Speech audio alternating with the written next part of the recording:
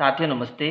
आज हम प्रश्नावली 13.5 के प्रश्न करेंगे और इससे पहले के जितने भी वीडियोज़ हैं वो सारे मैंने प्लेलिस्ट में डाल दिए हैं, तो आप प्लेलिस्ट में जाओ और सारे वीडियोज़ जो है आराम से देखो।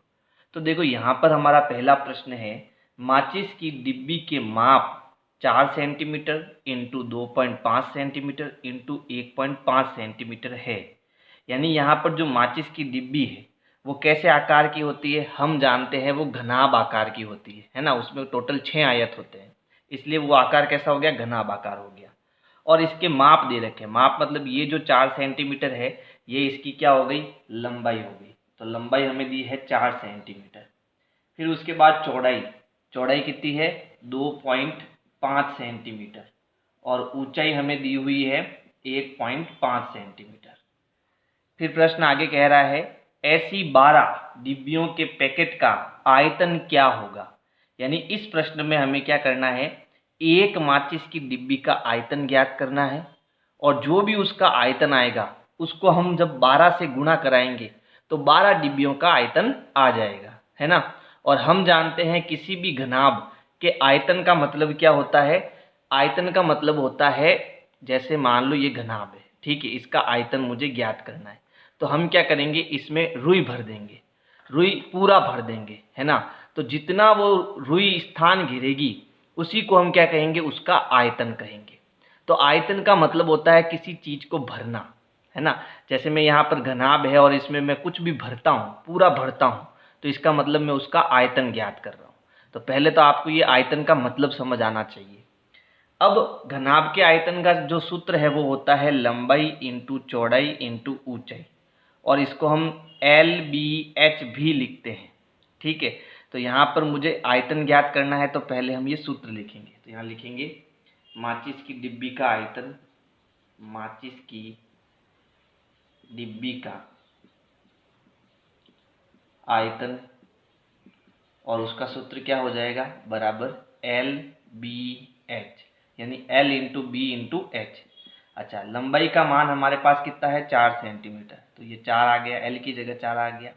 बी कितना है, बी है 2.5, तो यहाँ 2.5 आ गया, और H कितना है 1.5, तो यहाँ आ गया 1.5। अब इन सब का हम गुणा कराएंगे। देखो 25 चौके कितना होता है 100, है ना। और यहाँ पर देखो एक अंक छोड़ के पॉइंट है, तो 100 में हम एक अंक छोड़ के पॉइंट लगाएंगे तो ये कितना हो जाएगा 10, यानी इन दोनों का गुणा हो गया 10। अब 10 का हम 1.5 से गुणा करेंगे, ठीक है। तो जब भी हम 10 का गुणा करते हैं तो ये पॉइंट एक कदम आगे आ जाता है, यानी हमारा घना जो आयतन है वो कितना आया, 15 घन सेंटीमीटर आया। हमेशा याद रखना, आयतन का जो मात्रक होता है वो होता है घन इकाई, यानी ये सेंटीमीटर है तो इसका मात्रक होगा घन सेंटीमीटर। अब हमें ऐसी ऐसी 12 डिब्बियों का क्या चाहिए, आयतन चाहिए। तो हम क्या करेंगे, ये जो आयतन आया है इसका 12 से गुणा करेंगे। तो यहाँ लिखेंगे 12 माचिस की डिब्बियों का आयतन, माचिस की डिब्बियों का आयतन बराबर 12 गुणा 15, यानी 12 और 15 का गुणा करेंगे। तो गुणा करो, 12 पंजे 60 होता है, हासिल का 6, 12 एकम 12, 12 और 6 कितना हो गया 18, तो ये आएगा 180 घन सेंटीमीटर। ये हमारा क्या हो जाएगा, आंसर हो जाएगा। प्रश्न 2 है, एक घनाभाकार पानी की टंकी 6 मीटर लंबी, 5 मीटर चौड़ी और 4.5 मीटर गहरी है। तो यहाँ पर हमें जो घनाभ आकार की टंकी है उसकी लंबाई दी हुई है 6 मीटर, चौड़ाई दी हुई है 5 मीटर, और गहराई, गहराई का मतलब ऊंचाई ही होता है, इसको ध्यान रखना है ना, गहराई और ऊंचाई एक ही है। और ऊंचाई हमें कितनी दी है 4.5 मीटर। आगे प्रश्न कह रहा है, इसमें कितने लीटर पानी आ सकता है। तो अब इसको समझो, यहाँ पर एक घनाभ आकार की हमें टंकी दी है और इसको हमें क्या करना है, पानी से पूरा भरना है। और अभी मैंने पहले प्रश्न में बताया था आपको कि जब भी हमें कोई चीज़ भरनी पड़ती है इसका मतलब हम उसका क्या ज्ञात कर रहे हैं, आयतन ज्ञात कर रहे हैं, ठीक है। तो यहाँ पर हमें इसका आयतन ज्ञात करना है, और किस में ज्ञात करना है, लीटर में ज्ञात करना है। और लीटर हम कैसे निकालते हैं कि जो भी हमें घन मीटर मिलता है, जो भी आयतन हमें घन मीटर में मिलता है वो 1 घन मीटर जो है वो 1000 लीटर के बराबर होता है। ठीक है, तो जो भी हमारा उत्तर आएगा घन मीटर के अंदर, उसको हम जब 1000 से गुणा कराएंगे तो हमें वो किस में मिल जाएगा, लीटर में मिल जाएगा। तो यहाँ पर हमें क्या करना है, पानी की टंकी का आयतन ज्ञात करना है। तो यहाँ लिखेंगे पानी की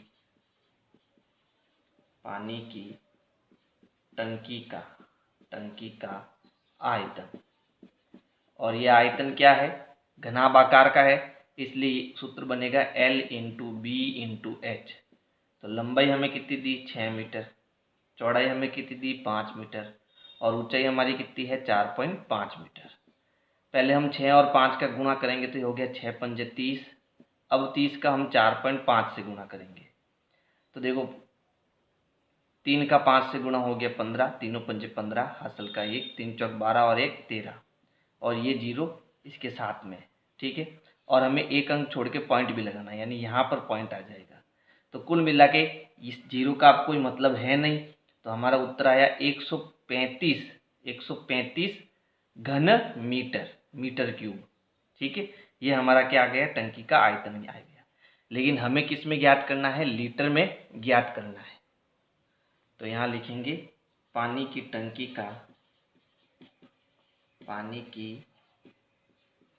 का लीटर में आयतन बराबर, ये जो आपका आयतन आया है 135, इसको हम किससे गुणा कराएंगे, 1000 से।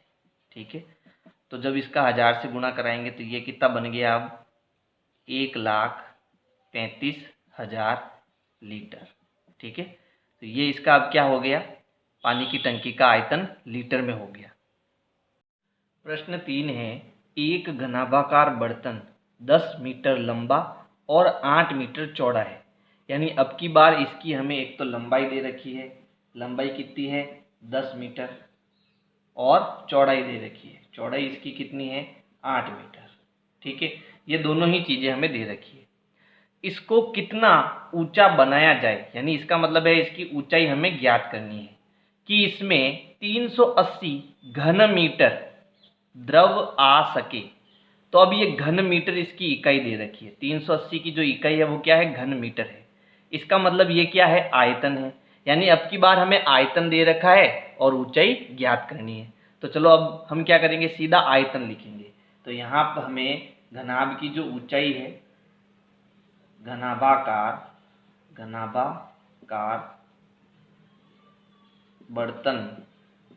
बर्तन का आयतन हमें दे रखा है और ऊंचाई ज्ञात करनी है। ठीक है, आयतन बराबर कितना दिया, 380। ठीक है, और आयतन का सूत्र हम जानते हैं, आयतन का सूत्र क्या होता है, LBH, यानी लंबाई इंटू चौड़ाई इंटू ऊंचाई। ठीक है, तब इनके मान रखते हैं। देखो लंबाई का मान हमें दिया है 10 मीटर, इंटू चौड़ाई हमें दी है 8 मीटर, इंटू ऊंचाई हमें ज्ञात करनी है, तो h की जगह h ही आएगा, और बराबर कितना है, 380 है। अब 80 और 8 ये दोनों यहाँ गुणे में है, तो हम क्या करेंगे, इसको उधर भाग में भेजेंगे। ठीक है, तो हमें h बराबर 380 अपनी जगह पर है, तो ये 380 ऊपर रहेगा, और ये दोनों गुणे में तो बट्टे में यानी भाग में आ जाएंगे, ये हो जाएंगे 10 गुणा 8। ठीक है, अब देखो यहाँ 1 0 से 1 0 कटेगा, इन दोनों में देखो 2 का भाग जाता है, तो इन दोनों को हम 2 से भाग देंगे, तो ये कटेगा 4 बार, और ये कटेगा आपके 2 एकम 2 और 2 नम 18, 19 बार। ठीक है, यानी h हमारा आया 19/4। अब 19 में हम 4 का भाग देंगे, तो देखो कितनी बार जाएगा, 4 चौक 16 होता है, बचा 3, पॉइंट लगेगा 0 आएगा, 7 चौक 28 होगा। ठीक है, फिर बचा 2, पॉइंट लगा हुआ है 0, 5 चौक 20 होता है, यानी कि ऊंचाई जो हमें मिलेगी वो मिलेगी 4.75 मीटर। ठीक है, ये हमारी ऊंचाई हो जाएगी। प्रश्न 4 है, 8 मीटर लंबा, 6 मीटर चौड़ा और 3 मीटर गहरा एक घनाभाकार गड्ढा खुदवाने में 30 रुपये प्रति घन मीटर की दर से होने वाला व्यय ज्ञात कीजिए। यानी कि अगर कोई कारीगर, ठीक है, या फिर मजदूर प्रति घन मीटर, यानी कि 1 घन मीटर गड्ढा खोदता है, ठीक है, तो उसके लिए उसको कितना रुपये देना पड़ेगा, 30 रुपये देना पड़ेगा। और हमें 8 मीटर लंबा, 6 मीटर चौड़ा और 3 मीटर गहरा एक घनाभ आकार का गड्ढा खुदवाना है। तो इसमें टोटल हमारा कितना आयतन होगा वो हमें ज्ञात करना है, और जो भी आयतन आएगा उसका हमें क्या करना है, 30 से गुणा करना है। वो हमारा मूल्य आ जाएगा, व्यय आ जाएगा। तो सबसे पहले हम देखो यहाँ पर हमें क्या दिया हुआ है, लंबाई हमें दी हुई है 8 मीटर, चौड़ाई हमें दी हुई है 6 मीटर और ऊंचाई हमें दी हुई है 3 मीटर। ठीक है, हमें क्या ज्ञात करना, इसका आयतन ज्ञात करना। आयतन क्यों ज्ञात करेंगे, क्योंकि हमें कैसा एक खड्डा बनाना है। जैसे मान लो ये कोई खड्डा है, ठीक है, इसमें मिट्टी भरी हुई है। अब इस मिट्टी को हमें बाहर निकालना है, तो हम मिट्टी को बाहर निकालेंगे, इसका मतलब इतनी ही मिट्टी बाहर निकालेंगे जितना ये गड्ढा होगा। ठीक है, तो यहाँ पर हमने जितनी मिट्टी बाहर निकाली वो इसका क्या हो गया, आयतन हो गया। समझ में आया? तो हम यहाँ लिखेंगे घनाभाकार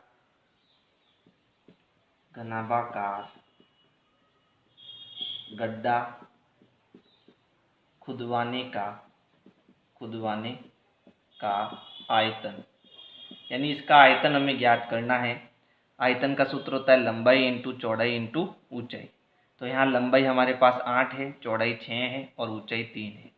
पहले 8 और 6 का गुणा, 8 6 48 हो गया। अब हम 3 का गुणा करेंगे तो ये हो गया 8 3 24 हासिल के 2, 4 3 12, 12 और 2 हो गया 14। यानी कि जो हमारे कुल आयतन आया वो आया 144 घन मीटर।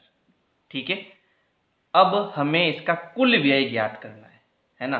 तो यहाँ लिखेंगे कुल खर्च, यानी कुल व्यय। और कुल व्यय हम कैसे ज्ञात करेंगे, इस 144 को हम सीधा किससे गुणा कराएंगे, 30 से। तो चलो गुणा कराते हैं। 0 का 0 आ गया, 4 3 12 हो गया, हासिल का 1, 4 3 12 और 1 13, हासिल का 1, 3 एकम 3 और 1 4, यानी कुल मिला के 4320 रुपये लगेंगे। यानी उस मजदूर को खड्डा, ऐसा घनाभाकार खड्डा खुदवाने के लिए कितना रुपए देना पड़ेगा हमको, 4320 रुपये देना पड़ेगा। ठीक है, प्रश्न 5 है, एक घनाभाकार टंकी की धारिता 50,000 लीटर पानी की है। अब इसको समझो, धारिता का मतलब होता है, जैसे मान लो ये पानी की टंकी है, ठीक है। अब जितना इसमें मैं पानी भरूंगा तो वो उतनी उसकी क्या हो जाएगी, धारिता हो जाएगी। यदि इसकी क्षमता कितनी है पानी भरने की, उसी को हम क्या कहते हैं, धारिता कहते हैं। तो मान लो ये एक टंकी है, इसमें कितना लीटर पानी आ सकता है, 50,000 लीटर पानी आ सकता है। तो हम इसको भर रहे हैं, इसका मतलब ये यहाँ पर क्या दिया हुआ है, इसका आयतन दिया हुआ है, और वो भी लीटर में है ना। आयतन किस में है, लीटर में। आगे प्रश्न कह रहा है, यदि इस टंकी की लंबाई और गहराई क्रमशः 2.5 मीटर और 10 मीटर है तो इसकी चौड़ाई ज्ञात कीजिए। यानी हमें चौड़ाई ज्ञात करनी है, और क्योंकि लंबाई और ऊंचाई जो है, गहराई जो है वो मीटर में है, तो चौड़ाई भी हमें किस में ज्ञात करनी पड़ेगी, मीटर में। जबकि इसकी धारिता यानी कि आयतन जो है हमें लीटर में दे रखा है।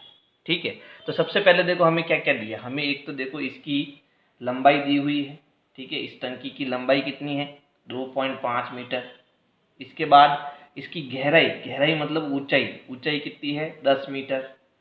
और चौड़ाई हमें ज्ञात करनी है। और हमें क्या दिया है, इसके अंदर इस टंकी की धारिता। तो यहाँ पर सीधा सीधा इसका क्या है, आयतन। तो यहाँ हम लिख सकते हैं घनाभाकार टंकी का जो आयतन है वो हमें दिया हुआ है 50,000 लीटर। ठीक है, लीटर में दिया हुआ है। अच्छा, 50,000 लीटर तो हमारा आयतन है, और इस साइड में हम इसका क्या लगाएंगे, सूत्र लगाएंगे। तो घनाभाकार टंकी का आयतन क्या हो जाएगा, लंबाई इंटू चौड़ाई इंटू ऊंचाई। ठीक है, लंबाई और ऊंचाई का मान हमारे पास में है। तो लंबाई कितनी है, 2.5 गुना चौड़ाई कितनी है, चौड़ाई हमें ज्ञात करनी है, और ऊंचाई कितनी है, 10 बराबर 50,000। ठीक है, अब हमें बी ज्ञात करना है। तो इन दोनों को हम नीचे भेजेंगे, यानी बट्टे के नीचे आएगी ये दोनों। तो ये हो गया बी बराबर 50,000 ऊपर रहेगा, और बट्टे में क्या आएगा, 2.5 इंटू 10। अब यहाँ से हम एक पॉइंट हटाएंगे, तो पॉइंट हटाने के बाद एक अंक है, तो ऊपर एक जीरो और आ जाएगा। ठीक है, अब इसको हम सॉल्व करेंगे। तो देखो एक जीरो से एक जीरो कैंसिल हो गया, फिर 25 का पहाड़ा यहाँ पर हम दोनों में 25 का पहाड़ा लगा सकते, तो ये हो गया 25 एकम 25 और ये हो गया 25 दूना 50, यानी बी हमारे पास क्या आया, बी हमारे पास आया 2000 लीटर। लेकिन हमें इसको किस में कन्वर्ट करना है, मीटर में कन्वर्ट करना है। तो जब हम इसमें 1000 का भाग देंगे तो ये किस में कन्वर्ट हो जाएगा, मीटर में कन्वर्ट हो जाएगा। तो यहाँ पर इसमें लिख सकते हैं या बी बराबर 2000/1000।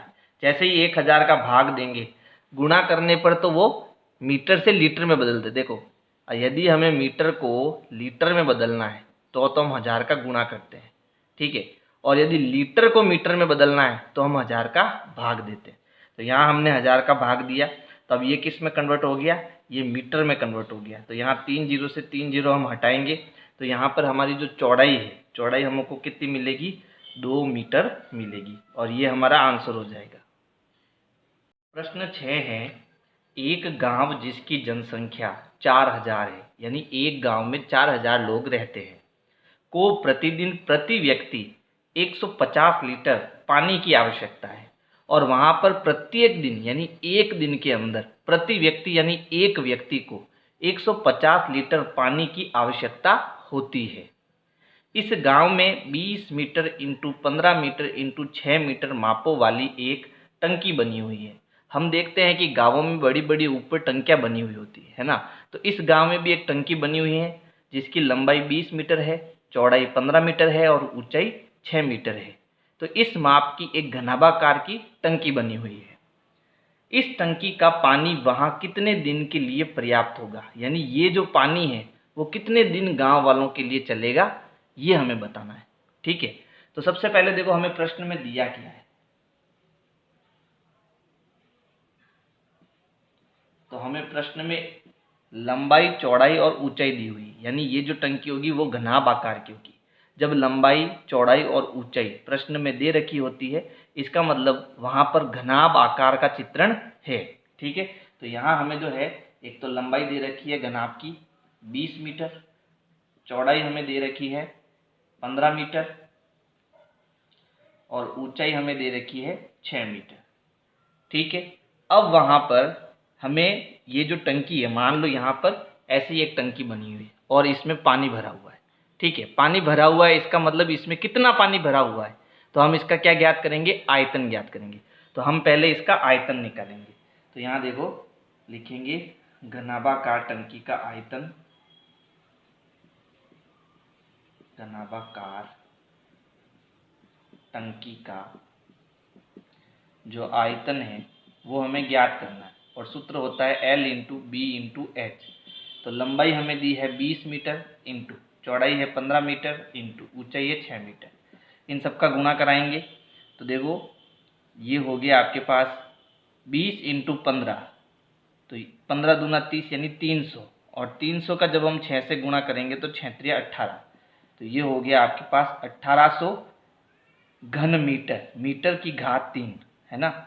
और हमें इसको किस में बदलना है, लीटर में बदलना है, ठीक है, क्योंकि यहाँ पर प्रति व्यक्ति को कितना लीटर पानी मिलता है, 150 लीटर एक दिन में मिलता है। तो यहाँ पर जो हमारा उत्तर आया वो घन मीटर में आया।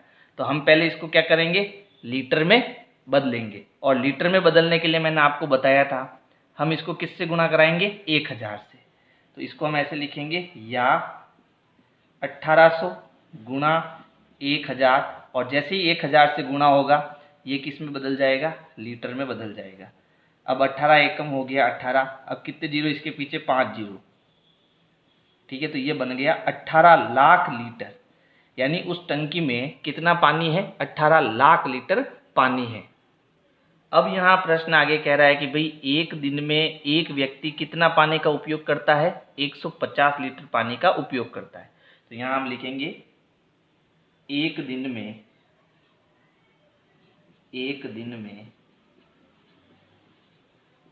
एक व्यक्ति द्वारा पानी की आवश्यकता उसको कितनी आवश्यकता होती है, तो एक दिन में उसको एक व्यक्ति को होती है 150 लीटर पानी की आवश्यकता होती है, ठीक है। तो यहाँ पर जनसंख्या कितनी है, 4000 है। तो यहाँ लिखेंगे 4000 व्यक्ति को एक दिन में जो पानी की आवश्यकता है, पानी की आवश्यकता है वो कितनी हो जाएगी? तो हम क्या करेंगे, सीधा सीधा 150 को 4000 से गुणा करेंगे। ठीक है, तो यहाँ पर गुणा करने पर देखो 15 चौक 60 होता है और कितने जीरो हो जाएंगे पीछे, 4 जीरो हो जाएंगे। ठीक है, तो ये कितना हो गया, 6 लाख हो गया, 6 लाख लीटर हो गया। ठीक है, अब देखो जो टंकी है उसमें कुल कितना पानी भर जाता है, 18 लाख लीटर पानी भर जाता है। ठीक है, अब उसमें से एक दिन के अंदर अंदर 6 लाख लीटर का पानी का जो उपयोग है वो लोग कर लेते हैं। ठीक है, तो अब साफ साफ दिख रहा है कि भाई 6 एकम 6, 6 दूनी 12, 6 त्रिक 18, केवल 3 दिन ही वो पानी बचेगा, है ना। 3 दिन के लिए वो पानी उपयोग किया जा सकता है, 3 दिन बाद में वो पानी पूरा खत्म हो जाएगा। और हमें ज्ञात क्या करना है कि कितने दिन के लिए वो पानी पर्याप्त है। तो यहाँ हम लिखेंगे, सीधा सीधा इसको सॉल्व करना है कि भाई पानी की पर्याप्तता हमें ज्ञात करनी है। तो यहाँ लिखेंगे पानी की पर्याप्तता, पर्याप्तता का मतलब वो कितने दिन के लिए पर्याप्त होगी, है ना। पर्याप्तता बराबर हम क्या करेंगे, जो घनाभागार टंकी का आयतन है उसमें जो एक व्यक्ति द्वारा उपयोग किया गया आयतन है उसका भाग देंगे। ठीक है, एक दिन में 4000 व्यक्तियों द्वारा उपयोग किए गए आयतन से भाग देंगे, यानी सीधा सीधा हम 18 लाख में 6 लाख का भाग देंगे। तो यहाँ देखो 5 जीरो से 5 जीरो तो ऊपर नीचे कैंसिल हो जाएंगे। ठीक है, अब यहाँ बचा 18 और नीचे बचा 6, दोनों में 6 का पहाड़ा है तो 6 कम दे, 6 दूनी 12, 6 त्रिक 18। तो कितने दिन, 3 दिन पर्याप्त होंगे वो पानी। कितना दिन पर्याप्त होगा, 3 दिन पर्याप्त होगा। 3 दिन बाद में वापस उस पानी की टंकी को भरना पड़ेगा। तो यहाँ हमारा आंसर हो जाएगा 3 दिन। प्रश्न संख्या 7 है, किसी गोदाम की माप 40 metre into 25 metre into 10 metre है। यानी एक गोदाम है जो घनाभ आकार का है, क्योंकि इसमें लंबाई चौड़ाई और ऊंचाई दे रखी है। ठीक है, इस गोदाम में 1.5 metre into 1.25 metre into 0.5 metre की माप वाले लकड़ी के कितने अधिकतम क्रेट रखे जा सकते हैं। तो यहाँ पर देखो 2 घनाभ आकृतियाँ दी हुई है, ये भी घनाभ है और ये भी घनाभ है, लेकिन ये क्या है, गोदाम है। तो गोदाम हम जानते हैं बड़ा होता है, इसको ऐसे समझो, मान लो ये घनाभ आकृति है।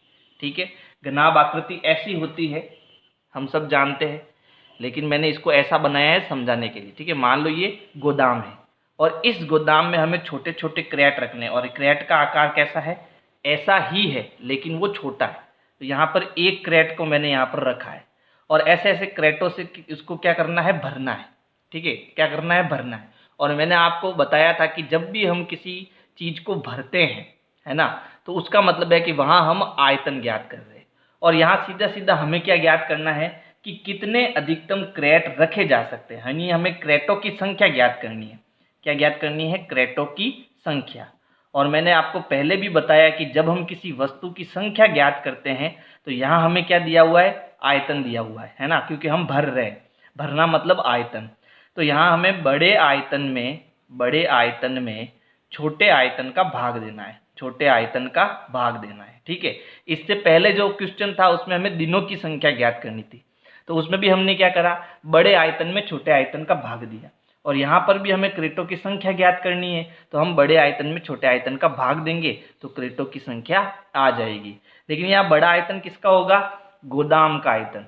ठीक है, गोदाम का आयतन बड़ा होगा और छोटा आयतन किसका होगा, एक क्रेट का जो हमें यहाँ पर लंबाई चौड़ाई ऊंचाई दी हुई है, इसका जो आयतन होगा वो छोटा आयतन होगा। ठीक है, अब देखो यहाँ पर जो हमें दिया हुआ है हम वो लिख देते। तो पहले तो देखो गोदाम की माप दी हुई है, गोदाम की जो माप है ना, वो हमें क्या दी, लंबाई L1 कर देते इसको। L1 हमें दिया है 40 मीटर, B1 हमको दिया, चौड़ाई दी है इसकी 25 मीटर और ऊंचाई हाइट इसकी है 10 मीटर। इसी प्रकार क्रेट भी हमारा घनाभाकार है ना, तो क्रेट का माप, तो इसका माप देखो क्या है, इसकी लंबाई को हम L2 लिखेंगे, है ना। L2 हमें दिया है 1.5 मीटर, B2 चौड़ाई हमें दी है 1.25 मीटर और H2 यानी ऊंचाई इसकी हमें कितनी दी है 0.5 मीटर। हमें क्या ज्ञात करना है, हमें क्रेटों की संख्या ज्ञात करनी है। तो सीधा सीधा हम सूत्र लगाएंगे, क्रेट की संख्या, क्रेटों की संख्या बराबर, ऊपर आएगा बड़ा आयतन, बड़ा आयतन किसका आएगा गोदाम का, है ना, गोदाम का आयतन, गोदाम का आयतन बट्टा नीचे किसका आएगा एक क्रेट का आयतन, एक क्रेट का आयतन, ये हमारा छोटा आयतन है, ठीक है। अच्छा, गोदाम की जो विमाएं ली मैंने L1 into B1 into H1 ली, यानी ये इसके आयतन का क्या हो गया सूत्र हो गया। इसी प्रकार क्रेट के माप का आयतन क्या हो जाएगा, तो क्रेट का आयतन हो जाएगा L2 into B2 into H2। चलो इनके मान रखो, तो देखो L1 हमारे पास कितना है 40 इंटू B1 कितना है 25 इंटू H1 है 10। इसी प्रकार L2 है 1.5 इंटू B2 है 1.25 गुणा H2 कितना है 0.5। तो पहले हम क्या करेंगे पॉइंट हटाएंगे नीचे से, तो यहाँ पॉइंट के बाद एक अंक, यहाँ पॉइंट के बाद दो अंक और यहाँ पॉइंट के बाद एक अंक, तो कुल पॉइंट के बाद कितने अंक हो गए 4 अंक। तो 4 जीरो वाला अंक हमारा कौन सा है 10,000, ठीक है। तो यहाँ ऊपर हम 10,000 का गुणा करेंगे, यानी यहाँ से पॉइंट हटाया तो एक जीरो आया, यहाँ से पॉइंट हटाया तो 2 जीरो आया और यहाँ से पॉइंट हटाया तो एक जीरो और आया, तो टोटल 4 जीरो वाली संख्या ऊपर आ गई, ठीक है। अब हमारे पॉइंट हट गए तो ऊपर नीचे हम कैंसिल कर देते हैं। तो यहाँ देखो इसमें ये 5 है हमारे पास, तो ये 5 एकम 5 और ये हो गया 5 दूनी 10, कैंसिल हो गया। इन दोनों में 25 का पार्ट है, तो 25 एकम 25 और 25 पंजे 125। अब 40 में 5 का भाग जाता है, तो भाग देंगे हम, तो ये देखो 8 पंजे 40, ये 8 बार जाएगा। अब हमारे पास देखो ऊपर नीचे क्या क्या बचा हुआ है, तो ऊपर हमारे पास 8 और ये 2 और ये 10,000, यानी 8 इंटू 2 इंटू 10,000 और बट्टे में नीचे कितना है केवल 15। तो इन सब का गुणा करके 15 का हम क्या करेंगे भाग देंगे। तो चलो इनका गुणा करो, तो देखो ये हो गया 8 दूनी 16 और 16 एकम 16, तो कुल हो गया अपने पास में 1,60,000, ठीक है, 1,60,000। और इसमें हमें क्या करना है 15 का भाग देना है, ठीक है। तो चलो हम भाग देते हैं, 1,60,000 में 15 का भाग, तो 15 एकम 15, घटाएंगे एक बचा, नीचे उतारा 0। लेकिन अब देखो यहाँ संख्या नीचे उतारने के बाद भी, अगली संख्या नीचे उतारने के बाद भी ये संख्या छोटी है और ये बड़ी है, तो हमें एक संख्या और नीचे उतारनी पड़ेगी इसको बड़ा बनाने के लिए। लेकिन जब दो संख्या हम लगातार नीचे उतारते हैं ना, तो उसके पहले यहाँ जो उत्तर यानी भागफल है इसमें हमें हासिल टूटी 0 लगाना पड़ता है, तो ये एक चीज़ ध्यान रखना। अब ये बन गया 100, अब भाग कितनी बार जाएगा, तो देखो 15 छंग 90 होता है ना, तो भाग 6 बार जाएगा, 15 छंग 90, घटाएंगे बचेगा 10। अब अगला 0 नीचे उतारेंगे तो वापस 100 बनेगा, फिर 15 छंग 90 होगा, फिर घटाएंगे 10 बचेगा, फिर अगला 0 उतारेंगे 100 हो जाएगा, ठीक है। फिर 15 छंग 90 होगा, है ना। अब फिर घटाएंगे नीचे कितना बचेगा 10 बचेगा। अब यहाँ पर कोई भी संख्या हमारे पास नहीं है नीचे उतारने के लिए, तो अब पॉइंट लगाएंगे तो यहाँ 100 बनेगा वापस, फिर भाग देंगे तो ये फिर 6 बार जाएगा, फिर 6 बार जाएगा, फिर यानी लगातार 6 बार भाग जाएगा। और हम जानते हैं कि पॉइंट के बाद हमें 2 अंकों तक चाहिए, है ना। तो अब देखो हमारा उत्तर क्या आया, हमारा उत्तर आया, नीचे लिख देते हैं 10,666.66, ठीक है।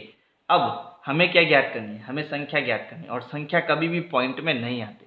यानी इस गोदाम के अंदर हम क्या भर रहे हैं क्रेट भर रहे हैं, ठीक है। तो टोटल हम कितने क्रेट भर सकते हैं कि 10,666 तो पूरे भर सकते हैं। फिर ये 0.66 यानी छोटा क्रेट यानी आधा क्रेट, तो आधा क्रेट तो होता है नहीं, हमें तो टोटल संख्या ज्ञात करनी है। तो अधिकतम कितने कैट भर सकते हैं 10,666 कैट भर सकते हैं। तो यहाँ लिखेंगे गोदाम में अधिकतम 10,666 क्रेट भरे जा सकते हैं, ठीक है। तो ये आपके इस प्रश्न का आंसर हो जाएगा। प्रश्न 8 है 12 सेंटीमीटर भुजा वाले एक ठोस घन को बराबर आयतन वाले 8 घनों में काटा जाता है। नए घन की क्या भुजा होगी, साथ ही इन दोनों घनों के पृष्ठीय क्षेत्रफलों का अनुपात भी ज्ञात कीजिए। तो अब की बार जो है हमें घन आकृति दी हुई है और हम जानते हैं कि घन के सभी भुजाएं जो होती है वो समान होती है। ठीक है, तो हमें घन दिया हुआ है, इसको ऐसे समझो जैसे मान लो ये घन है जिसकी सभी भुजाएं क्या है, समान है। ठीक है, अब इसकी एक भुजा जो है वो कितनी है, 12 सेंटीमीटर है। ठीक है, और हमें क्या करना है, ऐसे ऐसे 8 घन इसमें से काटने, यानी इसके 8 बराबर हिस्से करने, तो हमें एक छोटा घन मिलेगा। ठीक है, एक छोटा घन मिलेगा। ठीक है, और ऐसे ऐसे छोटे घन कितने मिलेंगे, 8 घन मिलेंगे। तो ये जो छोटा वाला घन है इसकी भुजा कितनी होगी वो हमें ज्ञात करना है। ठीक है, तो ऐसे जब भी प्रश्न आए है ना, तो हम क्या करते हैं, वहां पर आयतन का फैक्टर लगाते हैं। कैसे आयतन का फैक्टर, देखो ये एक ठोस घन है ना, ठोस घन है तो इसको जब हम काटेंगे तो पूरा का पूरा ठोस जो है वो कटिंग होगा। समझे आप, पूरा का पूरा ठोस कटिंग होगा। जबकि हमने क्या क्या पढ़ा है, हमने देखो एक तो पृष्ठीय क्षेत्रफल पढ़ा है। पृष्ठीय क्षेत्रफल मतलब उसका पृष्ठ, केवल पृष्ठ पर जो काम हो रहा है। ठीक है, और आयतन में क्या होता है, पूरा के पूरा जो अंदर माल मसाला भरा हुआ है उसके समेत जो भी भाग होता है उसको हम आयतन बोलते हैं, है ना। तो यहाँ पर हम इस ठोस को कटिंग 8 बराबर घनों में कटिंग कर रहे हैं, इसका मतलब यहाँ आयतन का फैक्टर है। ठीक है, और मानो इसकी जो भुजा है वो क्या है, एल। ठीक है, और इसके आयतन का सूत्र क्या होता है, एल की घात 3। तो यहां हम लिखेंगे घन का आयतन, और आयतन का सूत्र क्या है, एल की घात 3। अब हमें एल दिया हुआ है। ठीक है, लंबाई दी हुई है, लंबाई कितनी है, 12 सेंटीमीटर। तो आयतन क्या हो जाएगा, 12 की घात 3, यानी 12 इंटू 12 इंटू 12। इन सबको हम गुणा करेंगे तो ये आएगा 1728 घन सेंटीमीटर। ये क्या हो जाएगा, इसका पूरा आयतन हो जाएगा। ठीक है, अब इस आयतन को हमें क्या करना है, 8 बराबर हिस्सों में बांटना है। बांटना मतलब भाग देना। ठीक है, तो यहाँ पर क्या लिखेंगे, मान लो ये बड़ा घन है। ठीक है, तो यहाँ आप लिख सकते हो बड़े घन का आयतन, लिख देता हूं मैं,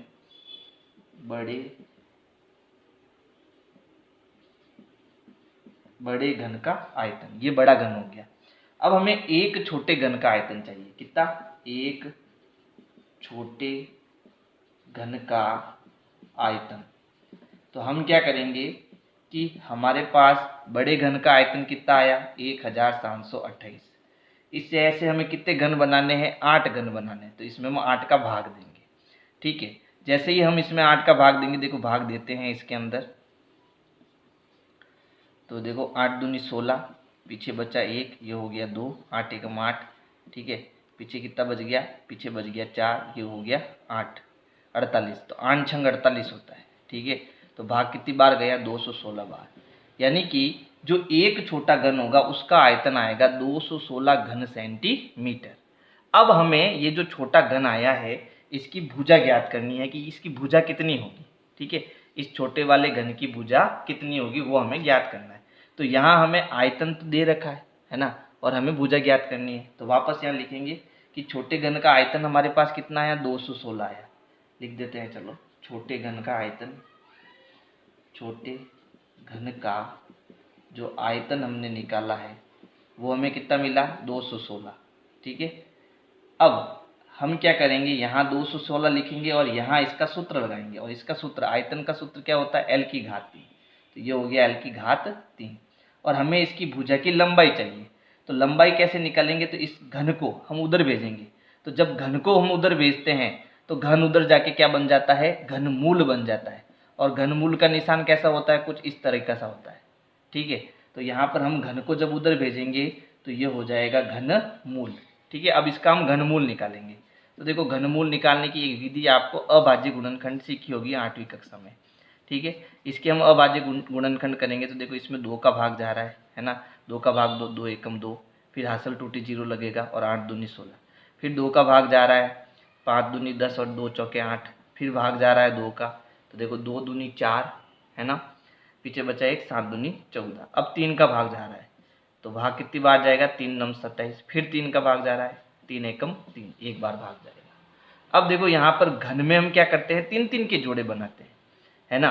तो यहाँ देखो 3 का एक जोड़ा बना, यहाँ भी 3 का एक जोड़ा बना, तो ये 3 का जोड़ा किसका है, 2 का, ये 3 का जोड़ा किसका है, 3 का, 2 और 3 का गुणा कितना हो गया, 6, यानी 216 का जो घनमूल है वो कितना निकल के आएगा, 6 निकल के आएगा, 6 सेंटीमीटर। यानी ये जो छोटा घन हमने बनाया है, ठीक है, छोटा घन हमने जो बनाया है उसकी भुजा की लंबाई कितनी है, 6 सेंटीमीटर। तो ये पहला प्रश्न का तो उत्तर आ गया। अब हमें कह रहा है कि साथ ही इन दोनों घनों के पृष्ठीय क्षेत्रफलों का अनुपात भी ज्ञात करना है, ठीक है। तो देखो पृष्ठीय क्षेत्रफलों का सूत्र हम जानते हैं, घन का पृष्ठीय क्षेत्रफल का सूत्र होता है 4l², ठीक है। तो ये सूत्र हमें बड़े घन और छोटे घन दोनों में लगाना है। तो देखो यहाँ पर इसको कैसे सॉल्व करना है। मान लो ये जो बड़ा घन था उसकी लंबाई L1 हम मान लेते हैं, और जो ये छोटा घन है इसकी लंबाई को हम क्या मान लेते हैं, L2 मान लेते हैं, ठीक है। अब यहाँ लिखते हैं माना बड़े तथा छोटे घन का जो क्षेत्रफल है क्रमशः कौन सा क्षेत्रफल, पृष्ठीय क्षेत्रफल। तो यहाँ पृष्ठीय क्षेत्रफल लिख देना, क्रमशः A1 व A2 है, ठीक है, A1 व A2 है। और हमें इन दोनों का क्या निकालना है, पृष्ठीय क्षेत्रफल का अनुपात। और अनुपात कैसे निकलता है, भाग देकर। तो हम क्या करेंगे, A1 में A2 का भाग देंगे, तो हमें इसका क्या मिल जाएगा, अनुपात मिल जाएगा। तो देखो प्रश्न के अंदर पहले हमने बड़ा घन लिया था, ठीक है। तो A1 हमारा बड़ा घन है और इसके पृष्ठीय क्षेत्रफल का सूत्र क्या हो जाएगा, 4l² है ना। और छोटा जो घन है उसका पृष्ठीय क्षेत्रफल क्या होगा, 4l² क्योंकि इसकी लंबाई हमने L1 मानी और इसकी लंबाई L2 मानी, है ना। तो यहाँ 4 से 4 तो कट गया। चलो अब यहाँ L1 हमारा कितना है, तो L1 हमारे पास में पहले से दिया हुआ है 12 सेंटीमीटर, तो यहाँ 12 आएगा।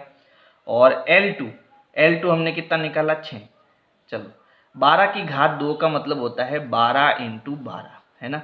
और 6 की घात 2 का मतलब होता है 6 × 6। तो यहाँ पर देखो 6 एकम 6, 6 दूनी 12, 6 एकम 6, 6 दूनी 12। तो ऊपर मेरे पास 2 × 2 बचा, 2 × 2 मतलब कितना, 4, और 1 गुना मतलब 1 मतलब 1, और 4/1 का मतलब होता है 4:1, ठीक है। तो यहाँ पर वांछित अनुपात जो हमें मिला, वांछित अनुपात यानी कि दोनों घनों का जो पृष्ठीय क्षेत्रफलों का अनुपात है ना, वो हमें कितना मिला, 4:1 मिला। ये हमारा दूसरे प्रश्न का आंसर हो जाएगा। प्रश्न 9 है, 3 मीटर गहरी और 40 मीटर चौड़ी एक नदी 2 किलोमीटर प्रति घंटा की चाल से बहकर समुद्र में गिरती है, तो 1 मिनट में समुद्र में कितना पानी गिरेगा, ठीक है, ये हमें ज्ञात करना है। यानी क्या हुआ कि मान लो ये नदी है, ठीक है, ये नदी जो है इसमें पानी बह रहा है, और पानी कितना बह रहा है, इसके अंदर 2 किलोमीटर तक पानी बह रहा है। यानी कुल मिला के ये 2 किलोमीटर जो है इसकी क्या हो गई, लंबाई हो गई, है ना। बात समझ में आई। इस नदी में पानी बह रहा है और ये पानी जो है 2 किलोमीटर प्रति घंटा की चाल से बह रहा है, यानी 1 घंटे में 2 किलोमीटर पानी का वेग है, चाल है, ठीक है। तो कुल मिला के इसकी लंबाई कितनी आ गई, 2 किलोमीटर आ गई। फिर ये जो नदी गहरी है ना, वो कितनी गहरी है, 3 मीटर गहरी है। तो इसका मतलब इसकी ऊंचाई हमें दे दी है 3 मीटर, और चौड़ी कितनी है, तो चौड़ी ये 40 मीटर है, ठीक है। तो हमें यहाँ पर नदी की माप दी हुई, नदी की माप क्या है, एक तो लंबाई हमें दी हुई है इसकी 2 किलोमीटर, ठीक है। अब ये दोनों तो मीटर में है और ये किलोमीटर में है, तो एक काम करेंगे, इसको भी हम मीटर में बदलेंगे। तो यहाँ 2 किलोमीटर को मीटर में बदलने के लिए हम किसका गुणा करेंगे, 1000 का। तो ये बन गया 2000 मीटर, यानी कि इस नदी की जो लंबाई है वो 2000 मीटर है। चौड़ाई कितनी है, तो चौड़ाई हमें दी हुई है 40 मीटर, और ऊंचाई यानी गहराई हमें दी है 3 मीटर, ठीक है। अब नदी में क्या बह रहा है, पानी बह रहा है। अब पानी जो होगा वो तो पूरा बहेगा ना, समझ गए ना। पूरा बहने का मतलब है कि जितनी उसकी गहराई होगी, जितनी उसकी चौड़ाई होगी और जितनी उसकी लंबाई होगी, उस पूरे के अंदर पानी बहेगा, यानी पानी पूरा भरा हुआ है। तो भरा हुआ है मतलब यहाँ पर नदी का हमें क्या ज्ञात करना है, आयतन ज्ञात करना है, ठीक है। और वो जो आयतन है वो किस चाल से बह रहा है, नदी में वो पानी किस वेग से बह रहा है, 2 किलोमीटर प्रति घंटे की चाल से बह रहा है। यानी कि 1 घंटे में, प्रति घंटे का मतलब हो गया कि 1 घंटे में, ठीक है, 1 घंटे के अंदर नदी जो है वो 2000 मीटर, 2 किलोमीटर मतलब 2000 मीटर, 2000 मीटर की दूरी तय करता है। और हमें जो है बताना है कि 1 मिनट के अंदर, 1 मिनट के अंदर, ठीक है, समुद्र में कितना पानी गिरेगा, है ना। तो अब पानी जो है वो केवल लंबाई के अकॉर्डिंग तो नहीं बहेगा, बात समझ में आई। यानी वो पानी जो है वो लंबा भी होगा, चौड़ा भी होगा और गहरा भी होगा। वो इतना सारा पानी जो है नदी में, समुद्र में जाकर मिलेगा। खाली लंबाई का पानी तो नहीं मिलेगा ना। यानी कुल मिला के पूरा आयतन जो है समुद्र में जा रहा है, ठीक है। तो हम क्या ज्ञात करेंगे, इसका आयतन ज्ञात करेंगे। तो यहाँ लिखेंगे नदी का आयतन, नदी का आयतन, या नदी में पानी का आयतन, ऐसा भी लिख सकते हो। नदी का जो आयतन है वो आएगा लंबाई इंटू चौड़ाई इंटू ऊंचाई। लंबाई हमारे पास है 2000 मीटर इंटू चौड़ाई है 40 मीटर इंटू गहराई यानी कि ऊंचाई है 3 मीटर। तो यहाँ देखो 4 का 3 से गुना हो गया 12, 12 का 2 से गुना हो गया 24, 12 दूना 24। और कितने जीरो, 1 2 3 4, तो इसके पीछे 4 जीरो लगेंगे। और ये किस में बदल जाएगा, घन मीटर में बदल जाएगा। आयतन हमेशा घन मीटर में आता है, ठीक है। अब इतना पानी जो है, इतना पानी, इसका आयतन जो है वो 1 घंटे के अंदर समुद्र में मिलता है। 1 घंटे के अंदर इतना सारा पानी नदी के अंदर मिलता है। लेकिन हमें तो 1 मिनट का बताना है, ठीक है। तो अब 1 मिनट का कैसे निकालेंगे भाई, हम जानते हैं कि 1 घंटे में कितने मिनट होते हैं, 60 मिनट होते हैं, ठीक है। 1 घंटा 60 मिनट के बराबर है। और हमें यहाँ पर 1 मिनट में, है ना, 1 मिनट के अंदर जो नदी में कितना पानी आएगा, समुद्र के अंदर कितना पानी आएगा वो ज्ञात करना है। तो सीधा सीधा हम क्या करेंगे, इस 2,24,000 घन मीटर में 60 का भाग देंगे। तो 1 मिनट के अंदर जो है वो कितना पानी की मात्रा होगी वो आ जाएगी।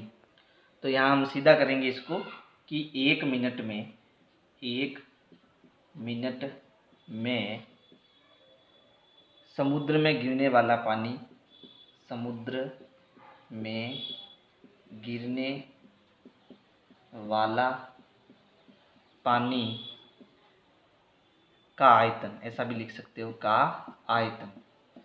तो हम क्या करेंगे, इस 2,40,000 में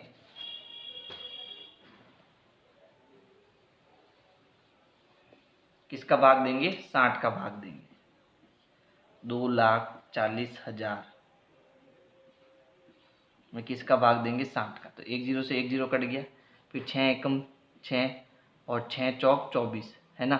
तो 4 बार कटा, तो 4000 हमारा क्या हो जाएगा, घन मीटर उत्तर हो जाएगा, ठीक है। तो यहाँ उत्तर आ जाएगा 4000 घन मीटर। यानी इतना पानी जो है समुद्र में गिरेगा 1 मिनट के अंदर। तो ये हमारा अंतिम प्रश्न था। और अगर मेरे वीडियोज़ आपको पसंद आ रहे हैं तो इस वीडियो को तो लाइक करना ही करना है, अपने दोस्तों को भी क्या करना है, शेयर करना है। विनय क्लासेज की प्लेलिस्ट के लिए आपको यूट्यूब के सर्च में जाना है, ऊपर लिखना है विनय क्लासेज और सर्च करना है। इसमें आपको मेरा चैनल दिखाई देगा, चैनल में आपको जाना है। इसके बाद में यहाँ पर देखो होम, वीडियोज़ और प्लेलिस्ट का ऑप्शन है। तो इस प्रकार से आप मेरी प्लेलिस्ट पा सकते हैं।